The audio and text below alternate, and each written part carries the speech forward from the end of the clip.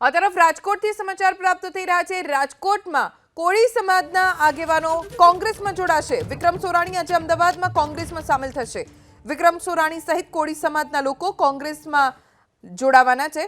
પ્રદેશ પ્રમુખ શક્તિસિંહ ગોહિલની હાજરીમાં તેઓ કોંગ્રેસ જોડાશે। ઓગસ્ટ 2023માં વિક્રમ સોરાણીએ આમ આદમી પાર્ટીમાંથી રાજીનામું આપ્યું હતું। વિક્રમ સોરાણી વાંકાનેરથી વિધાનસભાની ચૂંટણી લડી હતી। વિધાનસભા ચૂંટણીમાં તેમને 53,485 મત મળ્યા હતા। પ્રદેશ પ્રમુખ શક્તિસિંહ ગોહિલ જેમની હાજરીમાં જ વિક્રમ સોરાણી અને તેમના સમર્થકો કોંગ્રેસમાં જોડાવાના છે। આજે અમદાવાદમાં પ્રદેશ પ્રમુખ શક્તિસિંહ ગોહિલ તમામને કોંગ્રેસમાં આવકારશે। અગાઉ તેઓ આમ આદમી પાર્ટીમાં હતા।